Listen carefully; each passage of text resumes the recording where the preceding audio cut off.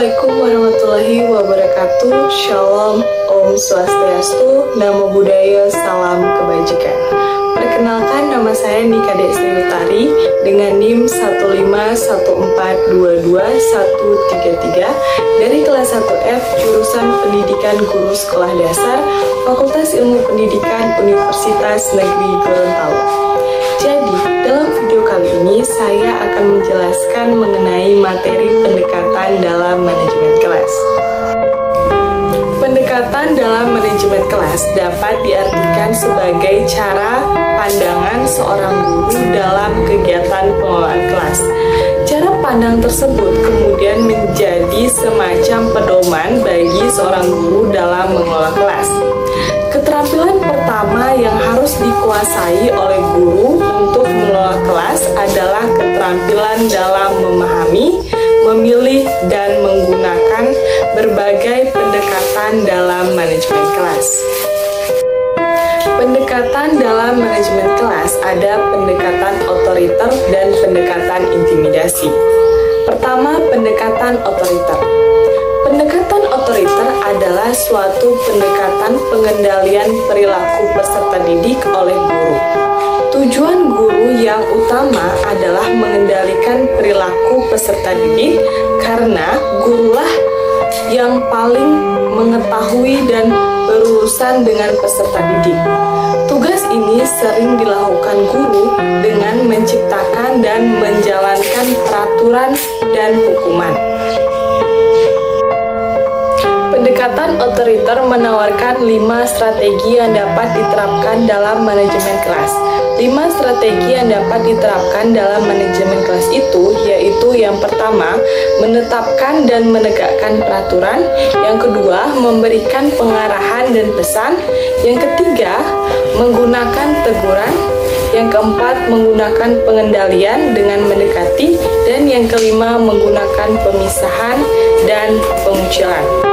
Namun, pendekatan ini kurang mantap dalam pelaksanaan, baik perintah maupun larangan dapat diterapkan atas dasar generalisasi masalah-masalah pengelolaan kelas tertentu.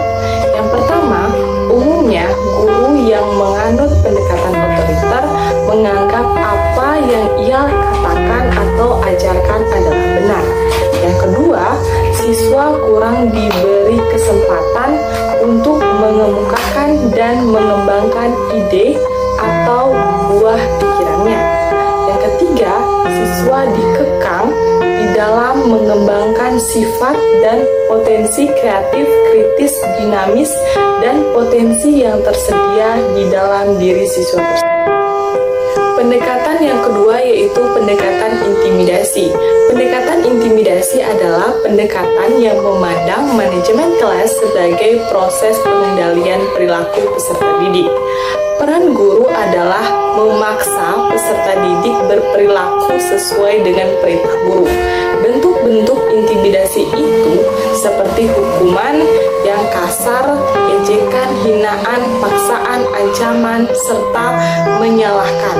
Pendekatan intimidasi berguna dalam situasi tertentu dengan menggunakan teguran keras.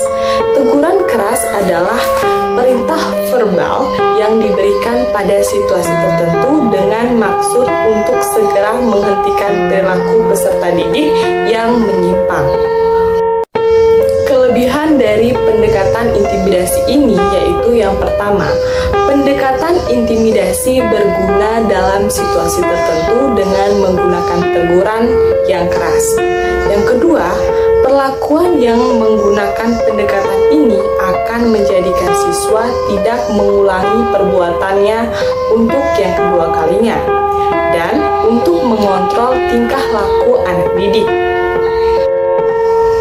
Dan kelemahan dari pendekatan intimidasi yaitu yang pertama, penggunaan pendekatan ini hanya bersifat pemecahan masalah secara sementara dan hanya menangani gejala-gejala masalahnya, bukan masalah itu sendiri.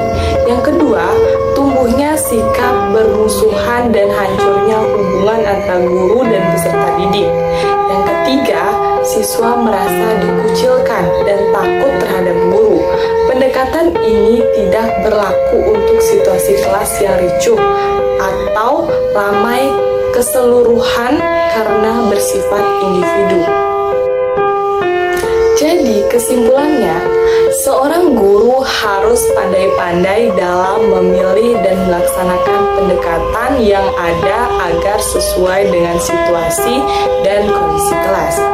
Bagi seorang tenaga pendidik dalam melakukan proses pendidikan harus bisa dan mampu melakukan pendekatan-pendekatan di dalam sebuah kelas agar terciptanya suasana belajar yang efisien, efektif, dan kondusif. Demikian penyampaian materi dari saya, kurang dan lebihnya saya mohon maaf. Akhir kata saya ucapkan wassalamualaikum warahmatullahi wabarakatuh. Om Santi Santi Santi.